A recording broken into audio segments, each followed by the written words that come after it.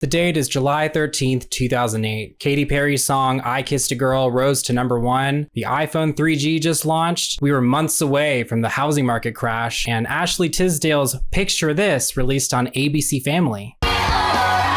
Picture this. Coincidence? Probably not. Ashley French, who most of us know as Ashley Tisdale, rose in popularity due to her success in The Suite Life of Zack and Cody and High School Musical. What you may not know is that besides having beef with Hilary Duff due to leaving some sort of mom group or whatever, is that Ashley has a production company called Blondie Girl Productions that she started with her sister Jennifer Tisdale. Something I found interesting is that this production company went on to make Sharpay's Fabulous Adventure and Cloud 9, which I have both on DVD but haven't covered yet on this channel, and 2018's Daphne and Velma, which I know wasn't well received, but everyone definitely knew about it. Regardless, she was doing a lot more behind the scenes stuff than I realized before making this video. The first movie made by her production company was 2008's Picture This, which is what we'll be covering today. I wanted to bring up the detail about this being made by her production company because I'm going to be tearing apart this movie, and unlike other movies I cover where I, tear apart the plot. Can you fucking just stay up there? Thank you. This movie's horrible execution and bad writing is not just one person's fault. And I think that a lot of it is Ashley's fault. I think that she needs to take the L on this one.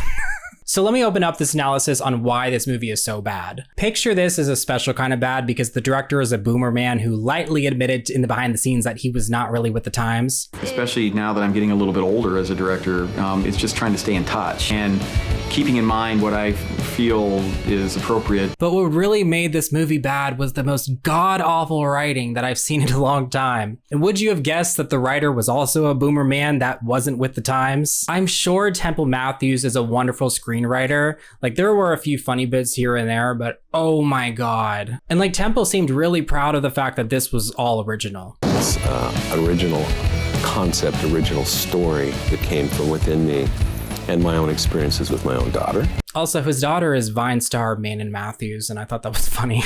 I don't fully blame Temple for how bad this is, because everyone else around him agreed that this script was great. 24-year-old Ashley Tisdale, the co-owner of the production company that is producing this, executive producing this, read the script and thought, yep, this is great. We don't need to make any changes. Let's just roll the cameras. When I read the script, I absolutely fell in love with it. I thought it was a great, opportunity. And I would like to think that Ashley French Tisdale, who just came off a high starring in 2 High School Musical movies, would be absolutely with the times enough to say, hey, all of the dialogue is weird and the screenplay needs a lot of work. Anyways, we're gonna break it down and possibly have a stroke while doing it. Mandy is a senior in high school who describes the general environment as being segregated by wealth. More specifically, all the cool kids live in this gated rich people neighborhood called Camelot, and Mandy lives in Nottingham, which I guess is being occupied by a SWAT team. Then there was where I lived, which we call Nottingham. Stay behind the red line until you are clear. I don't know what the metal detector is for, and they mentioned people needing a work visa to work in Camelot. Only those with work visas for Camelot will be allowed to pass. And I was already so confused because it's a neighborhood, but it's being treated like a district or a place of business. I don't know where we're supposed to be. Mandy's gonna be 18 tomorrow, and we're introduced to some more like world building through this dream that she has, where she's like gliding through the hallways like a phantom. The toxic mom group phantom, plotting her revenge against Hilary Duff's husband. She describes being fearful that she will remain a crusty nobody for the rest of high school. What if I remained a crusty nobody for what little remained of my high school life? Damn. We wouldn't want that. And she points out that everyone at her school is super good looking and alludes to being one of the lesser attractive people because she has glasses and probably doesn't have a work visa to enter Camelot. Just typical high school stuff. Mandy obsesses over this guy, Drew Patterson. All of her goals, wants, and desires revolve around Drew. Drew is the most important character in this entire movie, possibly in the world. Mandy's Degrassi alumni friends, Alexa and Cayenne, are also obsessed with Drew. Have you seen Drew yet? I could write 1,000 songs about him and I'd just be scratching the surface. Everybody wants a piece of Drew. Nobody can get enough of Drew. The way I interpreted Temple Matthews' fascinating interview in the DVD behind the scenes is that Mandy's dad was written in the image of himself, and I can only assume that the general story is written from the perspective of what he thought teenagers were doing and talking about in 2008. Original story that came from within me and my own experiences with my own daughter. Which really adds to another layer of comedic depth for me because I really think he just guessed. Mom is also dead. My mom died when I was 4. We very much glossed over that detail. This is brought up once and never again. Almost like mom didn't need to be dead. Divorce wasn't grueling enough. Mandy needed a foundation of trauma and loss. Temple just said, hey, just send in the SWAT team and kill her mom. Lisa is the mean girl character who was referred to as the alpha blonde later in the movie. Salivating over my trail. Lisa talks like a distressed man with a podcast who hates women, because I imagine everything Lisa says in Andrew Tate's voice. After she knocks Mandy to the ground, she takes a video of her underwear and sends it to everybody. So there's 2 main obstacles that are between Mandy and her losing her crusty nobody status. So Mandy's zip code, because she's from the streets apparently, and not having a video phone.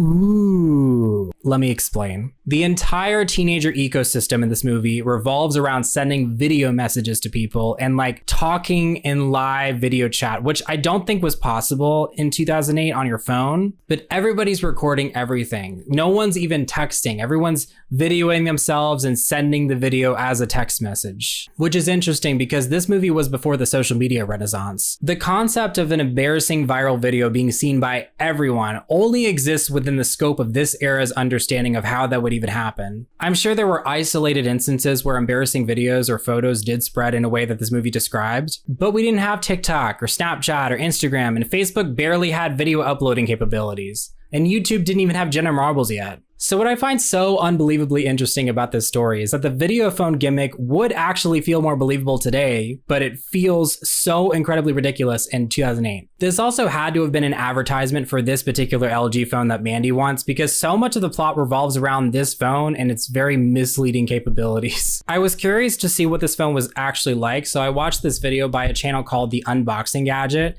I think they specialize in retro devices, which is pretty cool, but I'll leave a link below. But apparently this 2007 phone could stream 20 TV channels, which is crazy. I mean, they needed this like ugly antenna to get the signal, which was conveniently left out of the movie. I hope you know how much I seriously need a new phone. I can't even begin to scheme or spy or conspire like everyone else. So Mandy really wants this phone because the cell phone that she has is falling apart, the reception sucks, and most importantly, it can't send video messages. I can't even send or receive pictures or video. And the lack of video messaging capabilities has her feeling completely cut off from everyone else because everyone's getting underwear pics except Mandy. Mandy doesn't seem too fazed about everyone having a video of her underwear because she's locked in on the most important thing that she could ever be focused on: getting a man's attention. Quick pause. What's cyberclubbing? What's cyberclubbing and where do I sign up? I'm gonna get Drew to notice me. Drew is part of the swim team, so Mandy decides that she's either joining the swim team or maybe she's pretending like she's on the swim team so that she could get his attention. Her friends are really dogging on her for being so hideous and clumsy. Oh, you look like a whole new species. Maybe someone from the Discovery Channel will notice you. I think you actually enjoy being a klutz because, you know... I think I'd knock her teeth out and tell her to eat shit. The girlies are stunned by Drew's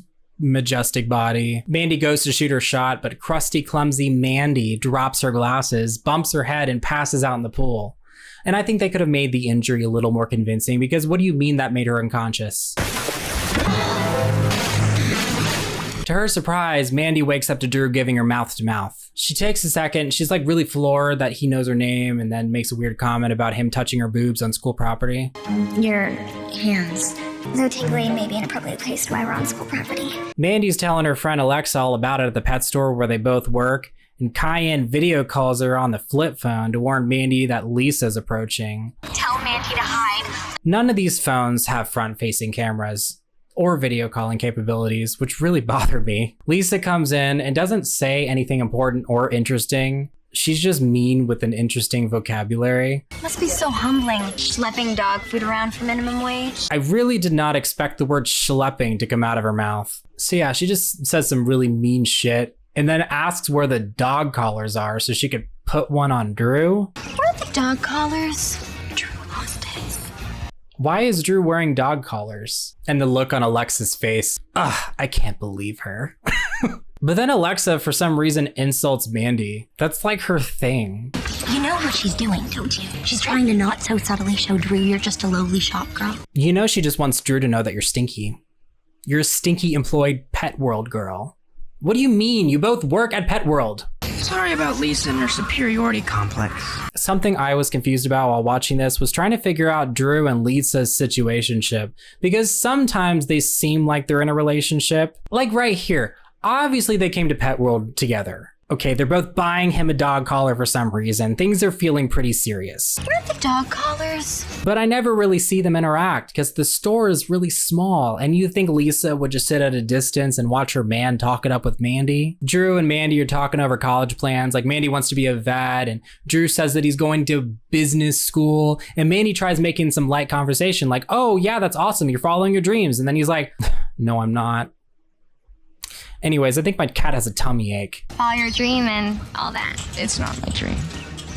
Maybe you can help me. My cat Andy's been feeling really funky. So Mandy gives him some cat medication for Andy's worms or whatever. Drew invites her to go to the park after school. Also, Lisa vanished. Bye, Lisa. Mandy checks out Drew's Temu MySpace profile, which has all kinds of important information. Like that his status is student. What else would his status be? Dog? I love that he put in his bio that he was voted best hair, best eyes, best kisser. I mean, we gotta highlight the accomplishments that matter here. Half of the me pictures are just of himself shirtless. Oh, okay. I must not have paid attention when watching this the first time. So he is dating Lisa. Clearly that's not gonna stop Mandy. The next morning, Mandy wakes up on her 18th birthday and surprise, surprise. She gets the video phone for her birthday and contact lenses. Contacts? Oh my gosh, you have got to be kidding. If you were of sound mind in this era, you remember how rampant anti-glasses propaganda was. So already score 1 for Mandy's dad. He got her the phone that she wanted. He got her some contact lenses so that she's not ugly. And oh wait, he's also building her a brand new duplex to live in. I'm down here in this level, and you have this whole top floor to yourself. Okay, so remember when I said that Mandy claims she lives in the hood? Then there was where I lived, which we call Nottingham. That is a flat out lie. Mandy's dad is a successful architect living in this gorgeous mid-century modern house that probably costs over $1 million. And he has surprised Mandy with a plan for him to build a duplex in Ventura, where she just lives in the top apartment and he lives in the bottom. Literally the entire top floor to herself, wouldn't have to pay any rent, and gets to live right next to the beach in Los Angeles. Hey kid, don't forget to floss. Mandy is not thrilled about this because she doesn't want to live with her dad and assumes he's going to be all up in her ass and her hole. Which on one hand, I can see a teenager worrying about that, sure. But she has the whole floor to herself in a completely separate living space that she doesn't have to pay for. She can hang out with her friends and boys and other places if she's worried about her dad. Like, I don't know, it seems like a pretty sweet deal to me. But she's an ungrateful daughter. What a shame. She's telling her friends about it on the phone, all while they're right next to each other. A stylistically comedic choice, probably. Plan is we find a suitable place for me to hang and be irresistibly alluring. As we move along, we're still trying to get Drew's attention, even though Mandy already has it, given that they have plans to meet up. When we see him, we casually blurt out we know where a certain sex goddess is. Alexa and Kyan also do this thing where they talk behind Mandy's back. Some teenage male as fresh as Drew. Might be tad insincere, but... Which pissed me off a lot.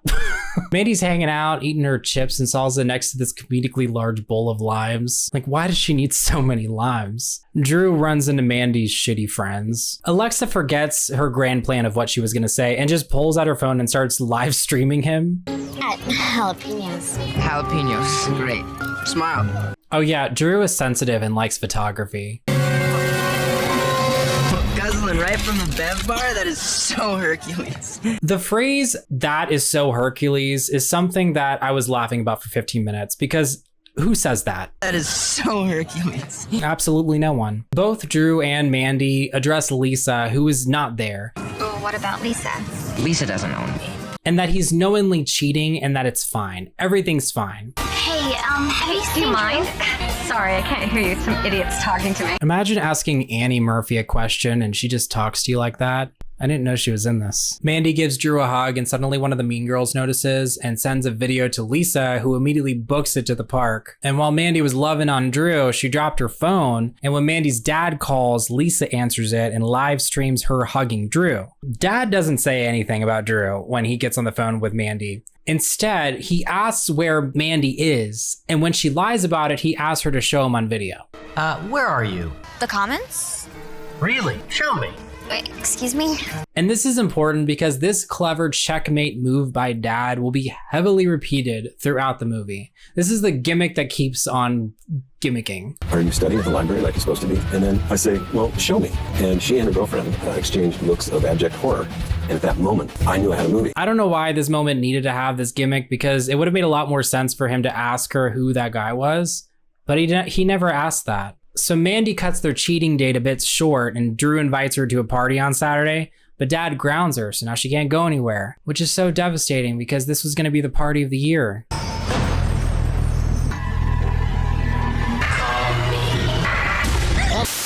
The next morning already proves that this punishment wasn't thought through because she has her laptop and her phone in bed. In fact, the first thing she does is answer the phone and checks Drew's profile to find that his current squeeze is undeclared. Damn, do you think she's gonna be his next squeeze?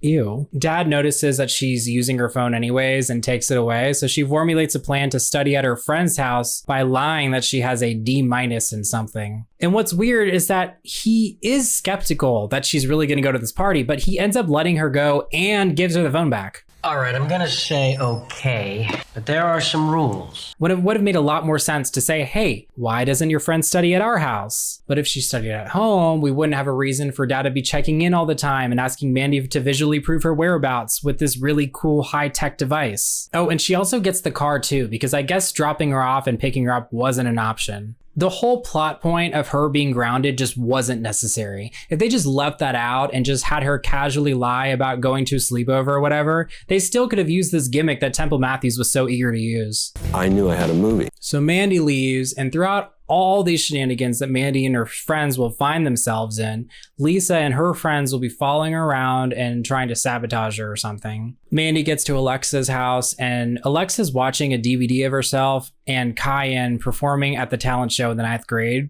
Seems pretty random, but I'm sure this will come up again later. Just reliving my glory year, 9th grade, the talent show. Cayenne is looking for snacks in Alexa's house. I think they tried to make a fat joke, but I couldn't tell. Alexa, do you have anything I can eat? What, the Twinkies and the Skittles aren't gonna hold you? Cayenne pulls Alexa aside so that she could show her a video of these guys talking about Mandy's sweet boobsicles. So this Mandy Gilbert girl, she's got some sweet boobsicles. No wonder Drew's tried it. And the guys are also talking about how Drew is probably going to bang her and never speak to her again. The normal thing to do would be showing Mandy this video. But do they do that? No. They once again talk behind her back, pondering why someone like Drew would ever want to be with an ugly pile of shit like Mandy. And Cayenne Powder educates us on this running theme with Drew's family, where all the men at some point take a girl up to a specific bathroom, fucks them in the shower, and then ghosts them. The ritual sacrifice? What? Patterson boy takes a girl up to the tower where he deflowers them. All right. Cayenne wants to tell her, but Alexa thinks it's not true and is adamant about not saying anything to her because she doesn't want to crush her dreams or something. I say you keep your mouth shut and let her dream. What if she wants to bang him and never talk to him again? Is that something only guys can do? Maybe she wants to deflower Drew. Why is Mandy the flower? Sorry, I guess 2008 was a different time when we had the Pussycat dolls. So like I said previously, Dad is going to be calling every 30 minutes and there will always be some sort of silly implementation of this video phone gimmick. This time, Mandy films a home video of Alexa's mom in the bathroom and he buys it. So she's convinced that she can spend the entire day tricking her dad every 30 minutes. So her and her weird friends leave to go somewhere. I don't know where they were planning on going, maybe the party, but Lisa cut up Mandy's dress with some nail scissors. Get me nail scissors. So now they have to go to the mall and park in a 30-minute parking spot, which I'm sure won't be towed. Lisa continues to stalk her and have weird dialogue. No trashing that crappy little rag wouldn't stop her. Tell her it's orgasmic. And then Lisa bribes one of the smoothie employees to make a smoothie and lace it with some macadamia nuts because Mandy's allergic to macadamia nuts. Oh my god, I have butt face! That's a felony. She could have died. It's a really bad situation because Mandy's booty face is scaring all the damn kids. There is no way I'm going to fall asleep. Mandy, your face is better. So she finds the dress she wants at a BB store. You remember BB? The dress she picked kind of reminds me of the dress. You know, the dress. And it's not ugly, but I definitely think they could have picked something a lot better, you know? But okay, they get the dress and dad calls again and there's some connection issues and he ends up talking to Alexa's pre-recorded answering machine. Finally, when Mandy calls her dad back and he once again wants proof that they're studying, the idea of the girls at a furniture store rearranging it to look like Alexa's living room and make the sales guy pretend to be Alexa's dad was absolutely brilliant. Probably the only time this idea was fully executed well. It's a shame that this movie sucks because there are a few pretty clever ideas here and there. Mandy's car, unsurprisingly, is towed from being in the parking lot longer than 30 minutes, and the tow guy says it'll be $300 to get it back, but there's conveniently a Battle of the Bands competition going on right at that moment with a cash prize. And if you remember from earlier, Alexa and Cayenne Pepper played guitar and drums in the 9th grade. Cayenne and I rocked the house. It's been all downhill since then. Don't worry about their lack of instruments. I guess all the bands just share. So Alexa gets up there. It doesn't work out. She's about to like shit on the floor or whatever. So Mandy decides that she's going to sing a cuntified version of Shadow of the Night by Pat Benatar. I said you can't hide on the inside. All the pain. Halfway through the song, Mandy's dad calls and she just stops the performance. Just pauses everything so she can answer the phone. But before she does that, she explains her circumstances to the audience in hopes that they play along. The gag here is that Mandy lies to her dad and says that she's watching something on TV and she shows him the audience and dad thinks that she's filming the TV and he even asks her to pause the video. It's a very silly and whimsical detail. I just feel like that she could have waited until after the song finished to do all that. And at this point, the prove that you're studying gag is just so overdone. Lisa, the alpha blonde, That'll teach her to mess with the alpha blonde. is still following her all over the damn place and convinces the security guard at the Camelot gate to not let Mandy and her friends in. So they end up leaving. I don't really know where they're supposed to be driving to at the moment, but Lisa calls Mandy's dad and pretends like she's getting alcohol or whatever. Dad calls Mandy, I guess, to be like, hey, are you buying alcohol? And she's driving. And this is probably the most chaotic sequence of events because they're driving on the road and Mandy obviously doesn't want her dad to know that she's in a car. So she's taking the keys out of the ignition. She's covering her eyes while the car is driving full speed through an intersection. Like, it's just straight up chaotic bullshit. So after that whole incident, they're about to give up on getting to this party, but find a cleaning supply store and dress up like they're maids that don't speak English. Oh no, habla inglés. I can't believe it. We made it in. Which aged perfectly, by the way. The security guy who just saw them earlier suddenly has no idea who they are. So they finally get into the party, but notice Sarah is wearing the same mid-ass dress as Mandy. And now they're like, oh my God, this is hopeless. That's it. We're done. And suddenly Alexa and Cayenne decide that they want to tell their friend that the guy that she's interested in might just be using her, as if they shouldn't have brought that up hours ago. The Patterson legend, the virginal sacrifice. I say you keep your mouth shut and let her dream. I love how this whole possibility of Drew taking Mandy upstairs to bang in the shower is described.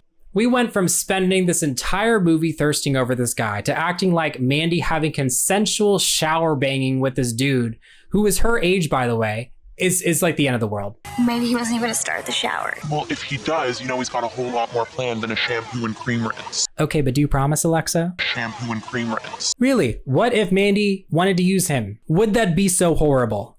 Just ask her. I know what Danny Sherrill said, and I know what I've been saying all night. She has got some sweet boobs. Mandy, the force is with you. Shampoo and cream rinse. Does that sound like something you want? Yes. Well, let me tell you, you'll never get it. So Mandy decides that, you know, maybe it's just a rumor and that he, an 18-year-old man who would never, ever want to do those kinds of things with an 18-year-old woman, would wait for marriage for those kinds of things, right? Because this movie was made by boomer men. So Cayenne cuts up Mandy's dress to make it look different than Lisa's, except it looks the same, but the sides are cut up. Whatever, I don't care. Drew and Mandy meet up and they're slow dancing and just vibing. And I noticed some random girl in the back just recording them the entire time. Like, can you mind your own fucking business, for God's sake? All of a sudden, Drew asks to take Mandy up to the infamous tower to be alone. I'll meet you up there. Hello, MTV Cribs. This is my shower because I'm one big dirty bitch and I need the best to clean. Her friends tell her, hey, your dad's gonna call, so we gotta figure out some weird shit to trick him one more time. But Mandy decides that she's gonna call him and tell him the truth instead. So she calls her dad, and he decides that he doesn't need to be calling her all the time because he trusts her and that she will always do the right thing and not bang the rich, cute guy in his shower. So what does she do? She leaves. No, are you kidding? She's gonna run up to those stairs. She's bopping away to the top. She is the top. What if she walked in there? Drew immediately turns on the shower and goes, all right, get in. Okay, get in. It's naked time. Oh, so remember how Drew secretly loves photography because he's sensitive and people don't really know the real him or whatever? He has all these pictures on the wall. Like there's one of a dog, a tree, and there's also an 8x10 portrait of Mandy. I don't know. Is that weird to anyone else? So they're cuddling and on the couch, but Drew's getting all nervous and sweaty or whatever. So he goes to wash his hands and Mandy assumes that he turned on the shower. So she leaves. I mean, it was certainly a choice. I think most of us here probably would have just followed him in there, you know, just to see what happens. Oh, the sink? I mean, we can, but it's just like, I've had a real long day. I almost died twice. So I feel like the shower is more of an economical decision because I really need to wash my hair. Is it broken? Is it the shower valve? Because if it's a shower valve and you have a wrench, I could probably figure out why it's not working. Shampoo and cream rinse. Mandy gets home and her dad is now going to build her a house that she lives in by herself instead of a duplex that they share because he trusts her now. But hold on a second, because like this further amplifies how rich this guy actually is, because I assumed that he would be selling his current house to live in the duplex, the brand new duplex build. But clearly he has the money to afford the land and the construction costs near Los Angeles to do this. Single income, by the way. The end of this movie feels like one of those apps that have the corny reels that were probably written by AI, but you have to buy more rubies to see the next part. If you do this, you're no longer one of us. If you do this, you're no longer one of us. Because we're at prom, Lisa and Drew win prom king and queen, but Drew chooses Mandy instead of Lisa, so Lisa just leaves, and Mandy by default gets crowned the queen of prom. I don't know. It doesn't work like that, does it? All while this is happening, there's this really distracting camera movement. Made me feel like I was on something. And Mandy is now the alpha blonde. Look, this movie's bad, very poorly written, probably shouldn't have been on ABC Family. If you like this video, please like and subscribe, and we'll see you in the next one. Bye.